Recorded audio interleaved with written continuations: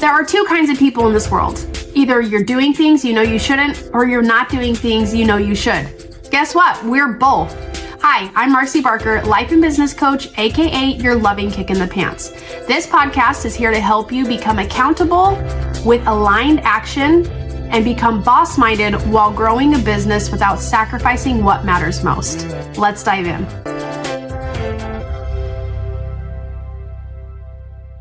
Good morning, my beautiful people, to another episode of Your Loving Kick in the Pants. And today's episode is all about dedicating time to get crap done.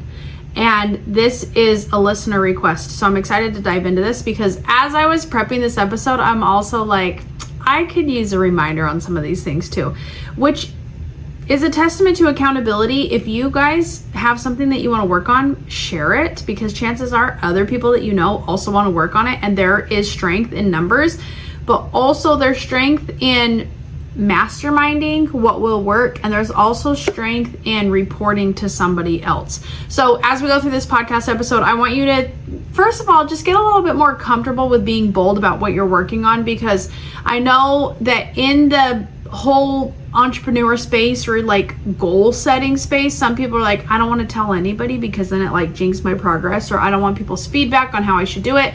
I even had a friend who I've collaborated with, past client, she ghosted me for like weeks, and every time I messaged her I was like, how you doing, check in with me. And then finally sometimes I'll message people and I'm like, did I do something to make you not ever message me back? and I'm always okay if they're like, if there is some crazy reason. I just have agreed to bless and release if there's just a reason why we don't talk anymore. In business, when you talk to hundreds of people, it's okay for those things to happen. But this person messaged me back. She's like, actually, I'm trying to figure out my next moves and I needed time away from everybody so that I could make my best choice without outside influence. And I was like, you know what? That is valid, because if she gave me an update, I totally would have been like, here's my idea for this, or blah, blah, blah, because that's our relationship. So when it comes to accountability and setting goals and making things happen, first off, just tune in with yourself and recognize how open you want to be about getting stuff done. But I hope that you don't want to shudder from your progress as a means of safety, okay?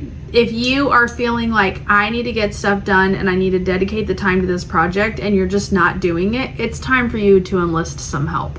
And that help can be a coach, it can be a friend, it can be a spouse, whatever it is. But please, please, please don't think that you have to do everything by yourself or do it all alone, because that rarely works. It rarely works, okay? All right, so when we're talking about dedicating the time to doing stuff, remember the accountability code is a 6-step process that makes follow through easy and peaceful. So as we use the accountability code process, just know that it can be tailored to anything that you want to do. Now, when somebody says, how do I dedicate the time to get stuff done? I immediately am like, okay, that's the show up phase, because wake up and show up, they're two different parts. Wake up is reflection, humility, planning, but that's thinking. You can do all of that sitting on your couch. Then the implementing, commitment, and feedback, that's the showing up. So if somebody tells me, how do I dedicate the time to get stuff done? It's like, we already know that you're thinking about it and you're not doing enough action. Also, committing to getting stuff done. Commitment is dedicating yourself to a cause. It's dedicating yourself and it's binding yourself to an outcome. So in this particular case, this person is going through school and it has a self-paced element, but there's also deadlines and goals to get stuff done. So when you're dealing with the thoughts of like, I need to dedicate the time to get this done, we already know you're not doing it as you expected you would. So just take a deep breath. Take a deep breath, because you're human. And this person who asked me about this, they don't have just one thing to do in their life, okay? They're doing a lot of things. So as you listen to this, I want you to recognize that yes, you might have a lot on your plate, but the most important thing you can do to be accountable is to address those feelings that you're having, because the accountability code is going to use that internal feeling to get you to take action, okay? So let's do a quick recap of the accountability code. First step is reflection. Reflection is thinking on your goals, your values, and your problems. So this person, I'm going to pretend I know what's in their head, okay? Their goal is they want to get school done. Their value is, okay, maybe I want to have options in the future. That's a big reason why people go to school, is preparing for their future in case anything happens. Also, this particular person did like a whole career shift. So the goals and the values and the problems, she's hoping for a better life based on a new career path. And it's like, we have to remind ourselves of that. So it's not just let me go commit time, but it's like, think about why you agreed to do this in the first place. Also, problems. Reflection is thinking on your goals, your values, and your problems. So I would be lying if I told you guys that most people don't take action because it's focusing on their goals and their values. No, most of the time people don't take action is because there are problems. It's because there's things in the way. And reflection is the very first step because you have to tap into why you're doing that. So let's pretend that you're this person who submitted this podcast topic, and I want you to write down, what are your goals with completing this project? What is going to happen as a result of you getting this done? Okay, you're gonna take some time just to answer that. Next thing, values. What was it about you and your personality and your lifestyle that made you care about this in the first place? Because chances are you're still that same person. Okay, so when you think about your values within your goals and your goal setting process, you know you set the right goal if it matters to you. And if there's a part of you that has a lot of resistance, you're like, actually, this doesn't matter, then you probably set the goal for a wrong reason, okay? But I don't think this person's in that place. So reflection, thinking on your goals, your values, and your problems. That's the first thing. Now, remember, this person is in a deficit of showing up, so we don't want to spend too much time on the waking up part. So when I tell you, hey, go write these things down, I don't need a whole book about it. I don't need a whole journal entry. I just need a real quick, here's why I'm doing this, okay? Next step of the accountability code is humility. So humility is a modest view of who you are now related to who you can be. So what I love about practicing humility is that, you guys, it's not just you're not all that in a bag of chips, but humility is recognizing how far you've come since you started your goal. Okay, you have to give yourself credit for where you are in the process, because where you are right now is only because of what you've done in the past. So you have to take that information and say, you know what, I am on a good path. I've made this much progress. It's time for me to just finish it out. I just need to keep going.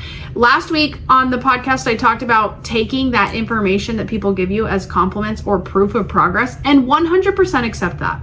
So if you need to talk to somebody about your progress, so you can fish for compliments, that's totally fine. But you can also go you could go talk to your counselor and say, hey, I'm really struggling to get this done. Can you give me a loving kick in the pants to remind myself how far I've come already? Like, there's nothing wrong with saying that. That's actually a very good practice of humility. So again, we don't want to stay on this too long, but I do want you to recognize from start to finish, where are you at in the journey? And it doesn't matter if you just started and you got a whole years left, like, give yourself credit for the process and the progress that's already happened, okay? Number one, don't let anybody take that away from you. Let's say if you, for some reason, you quit, it didn't all happen, do not discount all the work that you already did. It does not mean that you failed. And guess what, guys? I just got an email that I was not accepted into a program that I was really hoping I was going to get into. But I'm not going to count it as a failure, because I look at all the prep work I did, the interviews, all the paperwork, getting all of my books updated, handing over my tax information. Like, I had to prepare all of that to give a really solid application. And I'm proud of it. I'm proud of it. So even though it's like, I'm not all the way there, I didn't quite make it, it doesn't matter. Absolutely doesn't matter. Humility is recognizing that this version of you, this version of me right now, is getting us to where we need to go in the future. Okay? Next step, planning. Chances are, if you have said, I need to dedicate the time to getting this done, chances are you already have a plan in place. You just haven't been executing on your plan. So planning is a detailed proposal for achieving success. So what I want you to do is go back to the initial plan that you set up, whether it is a schedule or checkpoints.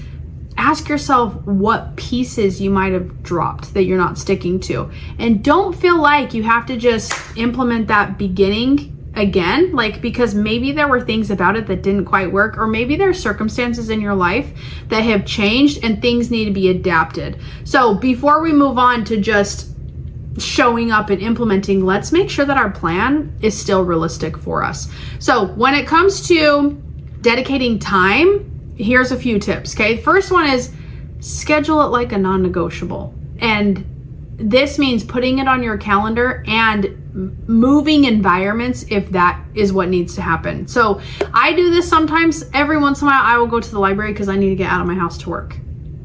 period, because people can walk right up into my office, but if I'm at the library, I'm not going to be bothered the same way.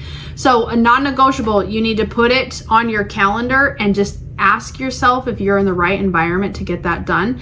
And I feel like if people just switched their environment, that would be a really good place to start.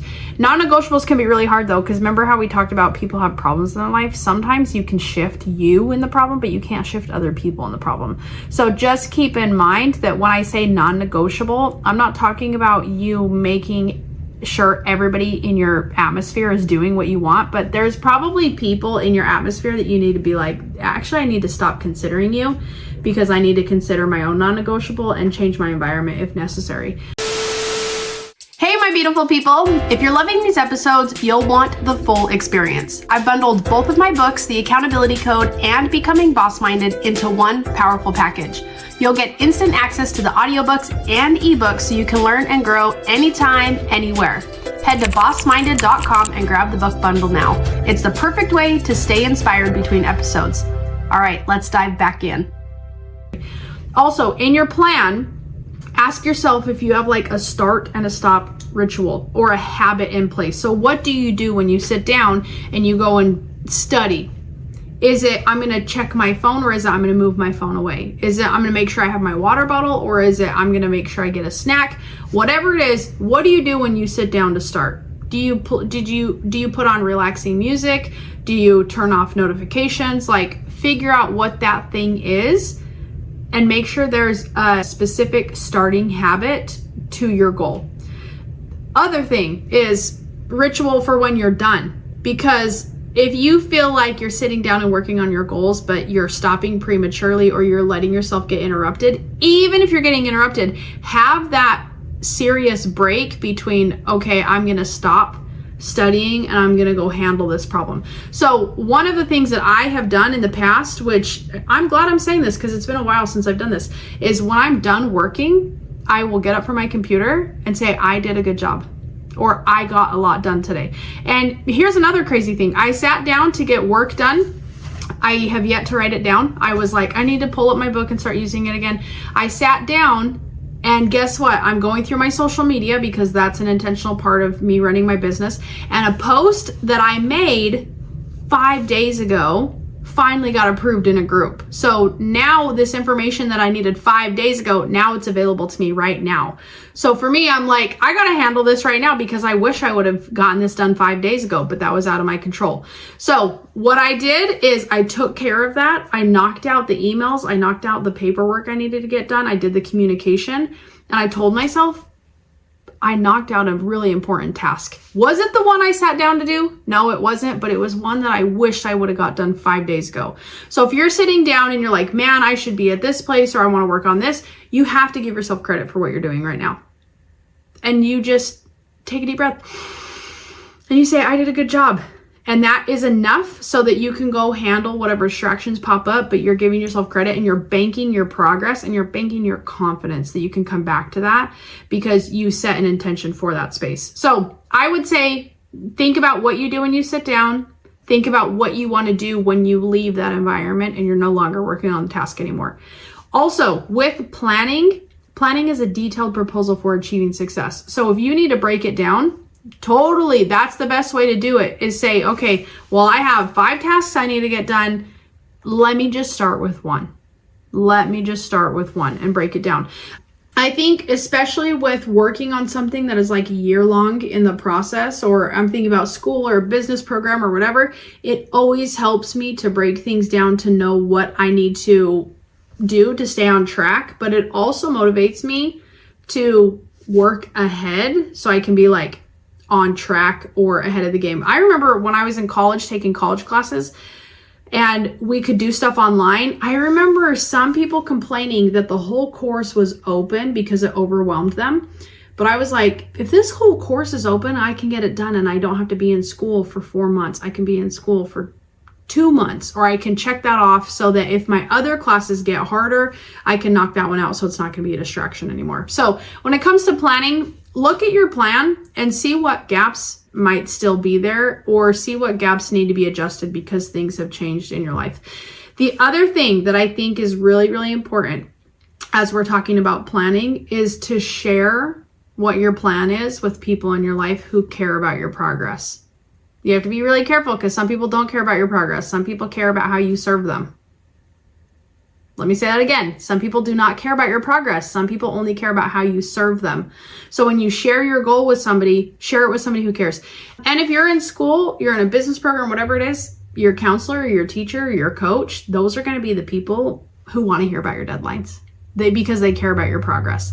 Okay, so that's waking up. We talked about reflection, humility, planning, but now we're really going to address what happens when somebody needs to just put the time in to do it.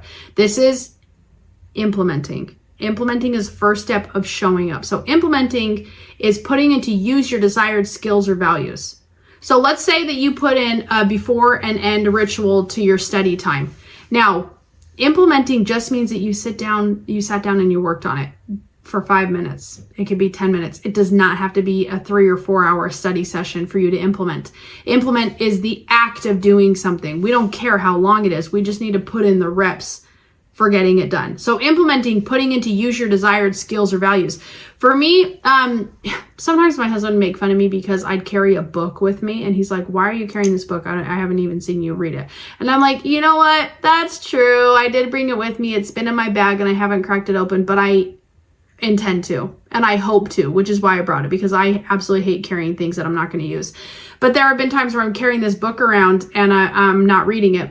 So implementing is me sitting down and reading a paragraph. And that's actually what I did. We went on a car ride and I didn't think I was going to be able to like sit and read because I like to talk and other people like to talk as well. But you know what? On a car ride, I opened my book and I read 3 paragraphs and I was like, this book is still good. This is still a book that I want to carry around because it's interesting. So implementing, it doesn't matter how long it is. Just try and get the reps in. I don't care if it's 10 minutes a day. I don't care if it's 5 minutes a day, 3 times a day, like whatever it is, just practice putting into use your desired skills or values. Okay, just practice. I'm not asking you to check anything off or to prove that you completed a massive part of your program. It's like, no, just sit down and study. So you can say, I did a good job and I studied today. That's all you need. Okay, now we're coming to commitment. Commitment is binding yourself to an outcome. If you're in a business program, school, whatever it is, sometimes it can be a very long timeline, but if you looked at your plan, you can probably see how it can be broken up. So commit to just the next step. You don't have to commit to the whole thing, but commit to whatever the next thing is. It might be the next test. It might be the next study group. It might be the next quiz. It might be the next chapter. Whatever it is, bind yourself to the outcome and make the commitment as little as possible, because guess what happens when your commitments are little? They're doable and they're enjoyable and you knock them out and you put them in the past. Period. Okay, so bind yourself to an outcome. Make your commitment something that's so little that it would be almost crazy. It would be so crazy if you couldn't complete it. Okay, the last step of the accountability code is feedback. So feedback is information used as a basis for improvement. Now, if you've listened to this podcast already and you have applied it to your current goal, I hope that you're gathering feedback that makes you feel a little bit better. That you say, hey, I dedicated some mental energy, some mental load to this next thing.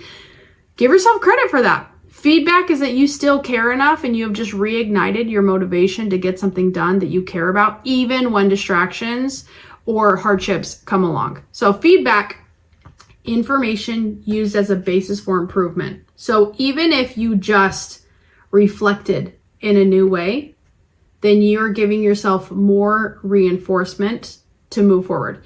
Even if you just took feedback on your humility of like, you know what, I am going to do a little bit better about banking my progress and pointing out how far I've come. Even if your feedback is on your plan of like, yeah, I've actually been trying to do this thing and it's not been working in my favor. I think I'm going to change it. Boom, that's progress. That's something to celebrate. Okay. Even if you applied feedback to your implementing of like, oh man, the more often I get short study sessions in, the more confident I feel about my abilities. Boom, done. Okay. Even if you put feedback on your commitment item of, wow, I think my commitments have been too big. And that's why I kind of feel like I'm struggling with them. If your feedback is like, I'm going to make them smaller, you're going to make that much more progress doing it. Okay. Lastly, Feedback, information used as a basis for improvement. Guess what? You have the ability to make your feedback as supportive as you need. Your feedback can be, again, oh, well, I need to just dedicate the time. It's like, nah, girl, you're doing a great job. Take credit for everything that you've done. Recognize that there's people in your corner who care about you and they want to see you succeed. Give yourself that feedback as often as possible. I'm doing a good job. I'm reaching my goals. I care about my future. I'm doing an amazing job despite these distractions or these problems that I have coming up. So I want you to recognize just how awesome you are. Really, accountability comes down to your ability to fulfill desired expectations. So just ask yourself if you're currently doing the things that you care about, and that's got to be enough. I'm here for you. If you need another loving kick in the pants, you know where to find me. You guys can always book a call with me at marciabarker.com, and I'll see you next week for another episode of Your Loving Kick in the Pants. Thanks for tuning in, friend. If this episode gave you value, don't just keep it to yourself. Share it with someone in your circle who's ready to wake up, show up, and grow their business without sacrificing what matters most. When you do, you're not just helping them, you're building your network of like-minded leaders. And I'll say this plainly, leaving a kind review matters more than you know. It helps more people find the show and it keeps the momentum going. So pause for a moment and please drop that review. Lastly, if there's a topic you want me to cover, I want to hear from you. Reach out because this podcast is for you and I'm here to serve. Until next time, stay boss-minded.